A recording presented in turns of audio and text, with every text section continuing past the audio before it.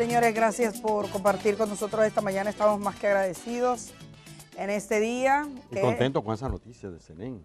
Sí, esa noticia es muy positiva y de hecho pienso que hay que detallar cada uno de los elementos que van a mejorar.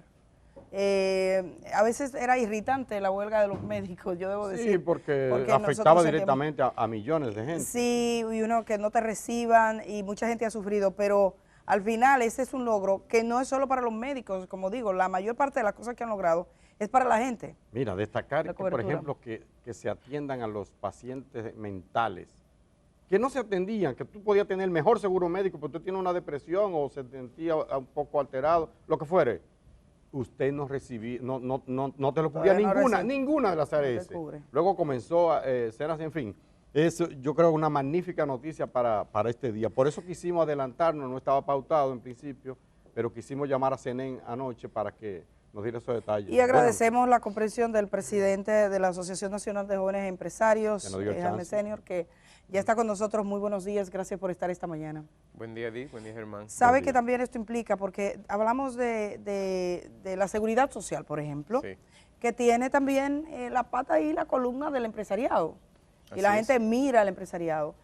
Y sobre todo en el tipo de compromiso que tenga el empresariado. Yo sé que a veces hablaba yo con un empresario relevante dedicado al área, pues maneja temas de AFP, seguridad social, y él se sentía triste porque decía, nosotros no somos ladrones y en la calle no poseen ladrones. Sí. Y yo le decía, el reto de los empresarios, sobre todo por ejemplo en el área de la seguridad social, es demostrarle a la gente que su futuro le importa. O sea, hasta qué punto al empresariado le importa el futuro de la gente y no le importa su dinero. Estamos hablando de una cultura distinta. Usted es un hombre joven, los jóvenes empresarios, hay quienes dicen que a veces los jóvenes son más viejos que los padres y los abuelos, pero ¿cómo usted ve ese empresariado joven de nuestro país y el compromiso por mejorar temas tan cruciales como el tema de la salud, por ejemplo? Bueno, gracias y gracias por recibirme. Tengo que empezar diciendo que justo antes de yo salir esta mañana para acá, mi hijo más joven, Felipe, que cumple 3 años, me pidió que lo saludara. Así que, hola Felipe. Saludos, 3 años tiene, pero nosotros también vamos a saludar. Nos unimos a ese, felicitaciones. Así que definitivamente eso también es lo que tenemos los jóvenes, que tenemos hijos jóvenes. Yo tengo 3 hijos, uno que va a cumplir 8, una que va a cumplir 6 ahora en mayo, Felipe que cumple 3 años en 3 semanas. Entonces, ciertamente nosotros estamos preocupados por el futuro, tenemos una visión de largo plazo. Y yo coincido con el doctor Senen Cava, que decía aquí en su programa, que la ley 87-01 fue una conquista. Él quizás entendía que era demasiado girada hacia el sector privado, pero tenemos que recordar que antes de la ley 87-01 nosotros no teníamos ningún tipo de salud privatizada, ningún tipo de seguro médico generalizado en la República Dominicana. La ley 87-01 fue una gran conquista para la República Dominicana. De hecho, en lo personal le puedo decir que cuando yo nací con el esfínter pilórico bloqueado y a mí no me operaban porque mis padres que no había seguro y no había disponibilidad, y finalmente mi mamá le dijo, mira, yo lo pago en efectivo. Yeah. Y a las 2 horas yo estaba en el quirófano. O sea, yo tengo todavía una cicatriz aquí en todo mi torso. ¿Qué es esa condición? No, es cuando lo que es la conexión entre el estómago y el intestino está bloqueado. O sea, eso es una condición. ¿Es mortal? No, es mortal. Entonces, yo creo que hoy día, entre lo que es el Servicio Nacional de Salud, que es lo que es la parte pública, y lo que son los seguros privados, ese tipo de situación no ocurre, por lo menos no con tanta frecuencia, es muy poco común. Entonces tenemos que realmente saludar lo que ha sido esa conquista y podemos ver cuáles han sido las deficiencias, qué podemos mejorar en el sistema, porque ciertamente la ley tiene más de 20 años, pero en sentido general yo creo que tenemos que estar muy agradecidos por esa conquista que tenemos como pueblo. Vamos a agradecer también a Kenia, que le ha traído un cafecito sabroso para que usted lo disfrute. Sí. Gracias, Kenia. Pero usted, por ejemplo, usted, bueno, que es un joven empresario y los empresarios de nuestro país, Hay un estudio que se hizo a nivel internacional que demostraba, yo estuve trabajando el tema de la seguridad social, y nosotros somos uno de los pocos países de América Latina que cuando una persona termina su vida activa, se queda sin un seguro médico. Sencillamente. Ahora mismo estamos en régimen subsidiado, en régimen contributivo. Nosotros que estamos trabajando en régimen contributivo, al salir, me encuentro una doctora, médico, 30 años trabajando y no tiene seguro médico. Tiene que empezar una gestión de una lucha. Entonces, está en la ley, pero no se ha habilitado todavía. Hay algunos legisladores que dicen, estoy por modificar la ley. No, ya está en la ley. ¿Usted qué opina de todo eso? Porque, bueno, ustedes, por ejemplo, son una parte importante del empresariado. Estamos hablando de una cultura, además, de protección o de interés por lo que pasa con la gente, que es el gran reto que tiene, yo creo, sobre todo en esa área tan sensible, el empresariado del país. Estamos de acuerdo en ese sentido de que se tiene que cubrir y se debe de tener una cobertura para toda la persona, y por eso decíamos, siempre hay lagunas, deficiencias en un sistema. Yo lo veo, por ejemplo, en la abuela de mi esposa, que tiene 90 años, y lamentablemente ella no tiene seguro médico, entonces sus hijos la ayudan con lo que son los gastos médicos. A menos que los hijos estén en el seguro, en el régimen contributivo. Pero ya sí, porque ella es más vieja y no vive en la misma casa, no, pero es difícil a veces entonces no tenerla. No, pero quiero darles información porque sé que mucha gente, por una razón, encontré a una compañera de trabajo haciendo una colecta. La seguridad social, si algo tiene que reivindicado, es que tus padres, si estás en el régimen contributivo, porque hay gente que no lo está, si alguien es hijo, tiene su papá o su mamá, no importa dónde estén, puede ponerlo. Usted, por ejemplo, tiene a su madre, y su madre trabaja, pero no trabajara, no estuviese en ningún régimen, inmediatamente la ARS está obligada a colocarle. Eso es una de las garantías. Pero se paga no importa la edad. se paga Tú no pagas esa parte, pagas poco más de 1,000 pesos, creo que son 1,400, 1,500 pesos todos los meses. Pero se lo digo porque muchos muchachos nuestros, por ejemplo, trabajando, compañeros, a veces carecen de esa información, que es otro de los problemas que tiene la seguridad social, el tema de la información. A veces. Eso es un buen punto en cuanto a la información, pero ahí indirectamente tú tocas un tema que es que gracias a Dios nosotros todos trabajamos, pero sabemos que en la República Dominicana hay un gran sector de informalidad. Entonces, todas esas personas que trabajan en el sector informal, que se estima que hasta 50, 60% de la economía, difícil saber con cifras exactas, no tienen el beneficio. Un 60% de la economía, aproximadamente. No tenemos cifra exacta, pero sabemos que ronda 50, 60%. Eso es una cantidad enorme. Entonces, todas esas personas no gozan de la cobertura del sistema de seguridad social del que estamos hablando. Entonces, eso es un tema también que va a lo que es el bienestar y la paz social de la nación, de que tenemos que de alguna forma lograr que se formalicen esos empleos para que precisamente puedan entrar al régimen contributivo. Jaime, desde la Asociación Nacional de Jóvenes Empresarios que usted preside, ¿cuál es la evaluación que tiene de este acuerdo que se ha logrado para un incremento salarial en el sector privado? Generalmente, previo a la discusión o durante la discusión de este tema, se hablaba que eso va a provocar despidos, que se aumentan, entonces habrá desempleo, bururum, barará. Extrañísimamente y afortunadamente, digo yo, esta vez hubo una especie de consenso. A ver, la valoración que tienen ustedes sobre esto. Sí, el aumento salarial que fue aprobado por consenso en el Comité Nacional de Salarios fue uno que fue logrado y es muy positivo y en tiempo récord para la República Dominicana, para nuestro país, para nuestra economía. La realidad es lo que tú dices, Germán. Si hay un aumento desproporcionado de salarios, eso tiene un efecto de poder llevar a mayor desempleo. Pero el aumento que fue acordado, que fue conforme también, no solo a la inflación acumulada, sino también hubo un aumento por encima de la inflación y más un 4% para el año que viene, en febrero del 2024, es también una conquista para los trabajadores y es otra evidencia de que a través del diálogo se puede lograr consensos, de que el sector empleador, el sector empresarial, el sector privado no está en contra de lo que son los intereses de los trabajadores, no está en contra de lo que es el sector público. Lo que se procura es buscar un consenso en una mesa de diálogo, acuerdos que sean racionales, acuerdos que aseguren la productividad y la competitividad de nuestro país. Pero siempre se dice que del empresariado dominicano, al que Juan Bosch habla en sentido general de una ritmo histórica, capitalismo tardío, que heredamos todo ese atraso, no culpa de tal o cual, sino, espérate que estoy oyendo una vocecita por aquí y yo no tengo necesidad de ir a ningún médico. Ya no. Sí, ya.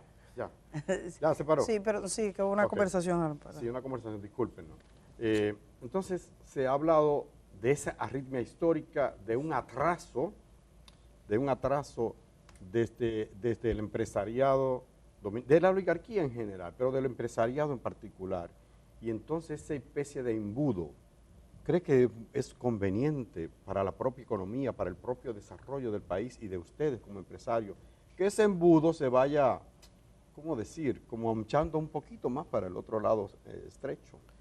La República Dominicana, si vemos América Latina en sentido Me refiero general, a la desigualdad, lo que quería sí, graficar. Y ahí voy, pero vemos República Dominicana y vemos América Latina en sentido general.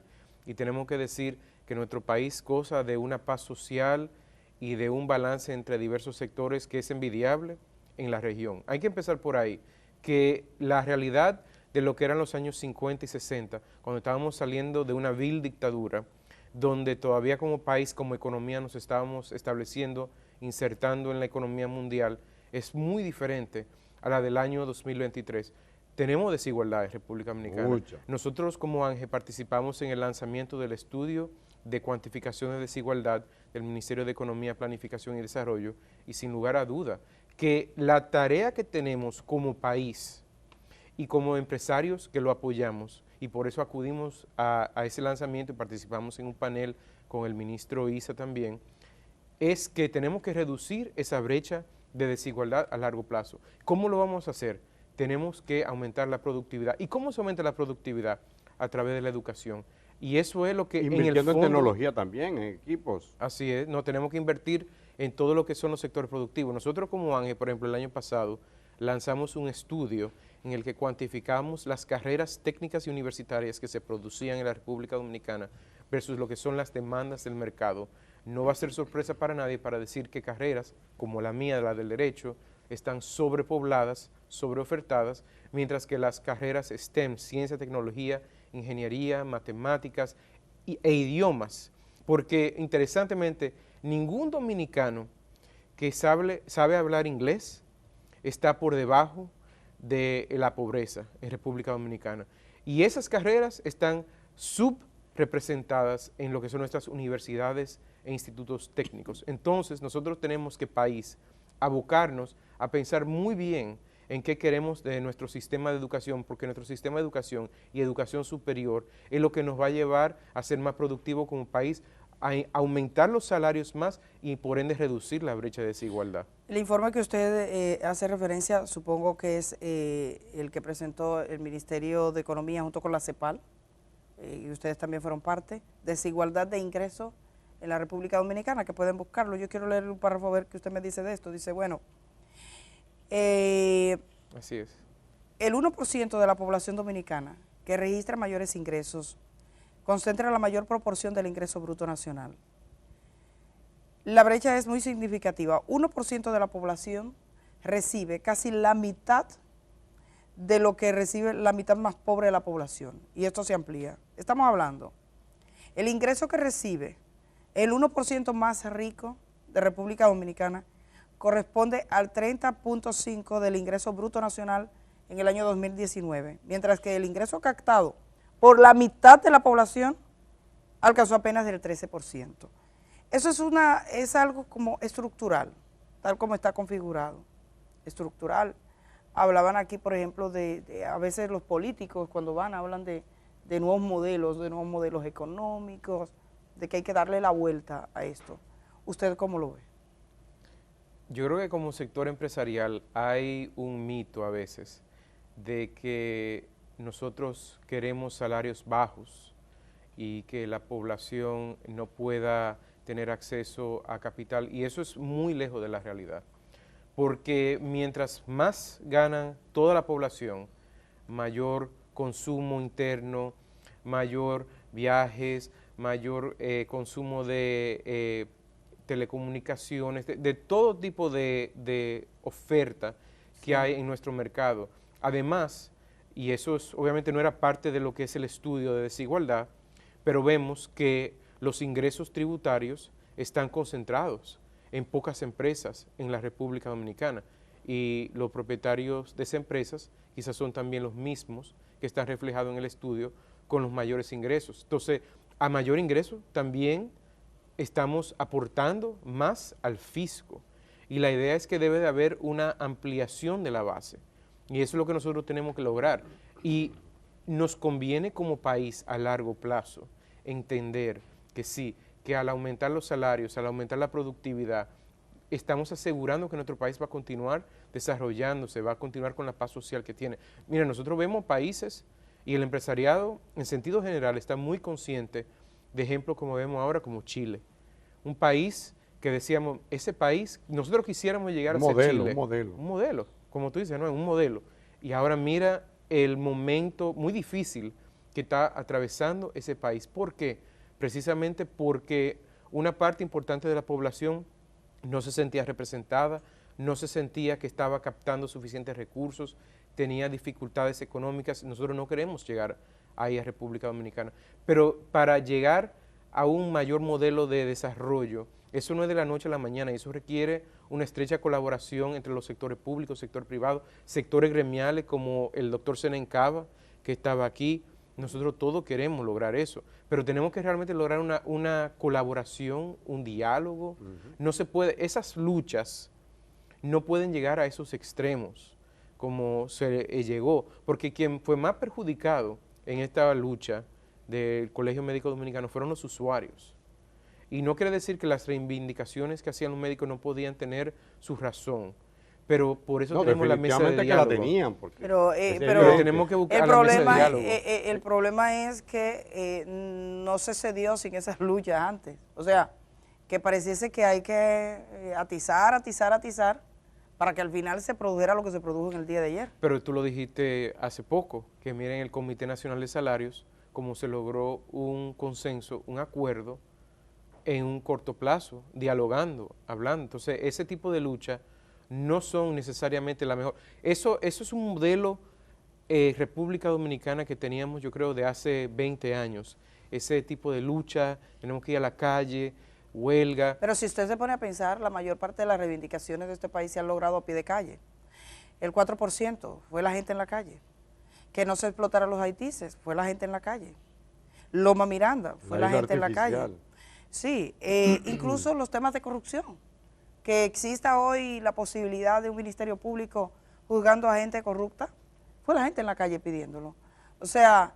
incluyendo una parte de ustedes, del empresariado. Sí, incluyendo una parte del empresariado. Caminando. Yo sé que usted no va a decir, bueno, voy también para la calle, no. pero los logros han sido a golpe de calle. Todo lo contrario. Mira, las mujeres tienen que luchar en la calle. Ángel fue parte importante de lo que fue en su momento, el 2013, el tema del 4% por la educación. Yo personalmente, te voy a decir, yo estaba, por ejemplo, en la marcha de las mariposas, sí. Con ese color tan lindo que tú tienes, o sea, ese color, apoyando a las mujeres. Muy bonito. Eso sabemos. Y eso es importante, y nosotros tenemos un derecho de expresión, y nosotros tenemos un derecho de reivindicar también nuestras reclamaciones para que el sector público lo escuche. Pero estamos hablando aquí ya de temas más puntuales, sí. Sino de temas, es decir, cuáles son en una mesa de diálogo, temas de salarios, temas de cobertura de seguridad social y otros temas parecidos. Realmente ya tenemos espacios que sí. Han sido establecidos precisamente para lograr esos consensos, para evitar que se puedan radicalizar esas luchas, y eso es lo que quisiéramos evitar. Yo quisiera, finalmente de mi parte, preguntarle a Jaime la valoración que tiene sobre el tema. Hay un DERECAFTA, hay un acuerdo de libre comercio, ¿verdad?, entre nosotros, Centroamérica, Estados Unidos, pero que súbitamente descubrimos que eso podría llevar a la quiebra, a la desaparición de un sector productivo cardinal en la República Dominicana, como es el arrocero. ¿Qué opinan ustedes de esto, la forma en que se negoció? ¿Qué puede hacerse? Usted que es un experto en materia de comercio internacional, me imagino que sabe bastante de este asunto. O Ángel, ¿qué entiende que puede hacerse para que eso no llegue finalmente al colapso de los arroceros? Mira, en primer lugar, vamos a empezar por la premisa de que los acuerdos de libre comercio son buenos generalmente.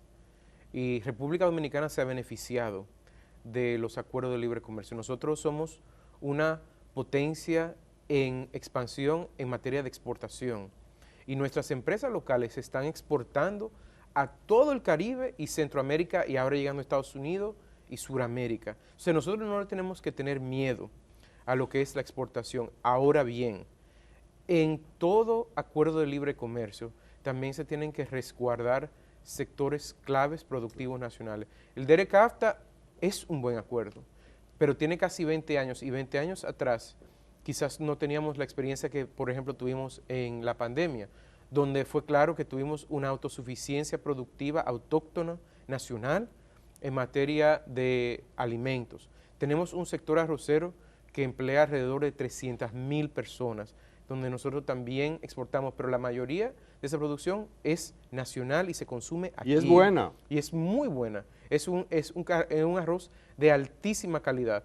Entonces, ahí apoyamos y respaldamos el llamado del gobierno de buscar medidas que puedan salvaguardar esa industria. El gobierno, es importante notar, no ha dicho cuáles exactamente serán las medidas que se van a adoptar para salvaguardar esa industria. Se designó una comisión interministerial para dialogar con los Estados Unidos. No sabemos si habrá una modificación del DERECAFTA, no sabemos si habrá algún tipo de modificación de los aranceles, algún subsidio, eso no lo sabemos. El gobierno ha dicho, estamos estudiando lo que se puede hacer legalmente para proteger esa industria, pero apoyamos ¿Ya hay posibilidad de una renegociación? Porque ya Estados Unidos adelantaba que no va, que eso no es posible. Aunque ya sí renegoció con México, Canadá, el acuerdo del Tratado de Libre Comercio Norte.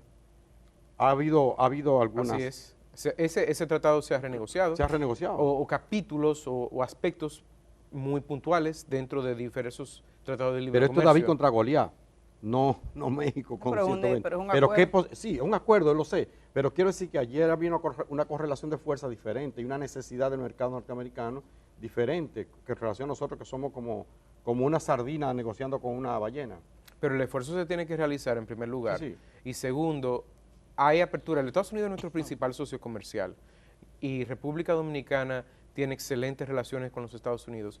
Como cualquier negociación, una parte puede poner una posición al principio y otra parte va a poner otra posición y en una mesa de diálogo se llegará a un acuerdo. Puede ser, y eso ya es una especulación, puede ser que los Estados Unidos pida otras concesiones para poder concedernos una protección a la industria arrocera. Eso puede ser, pero precisamente nosotros tenemos que sentarnos con los Estados Unidos, dialogar, pero es crítico y es esencial y nosotros apoyamos 100% que se busquen las formas de proteger a ese sector.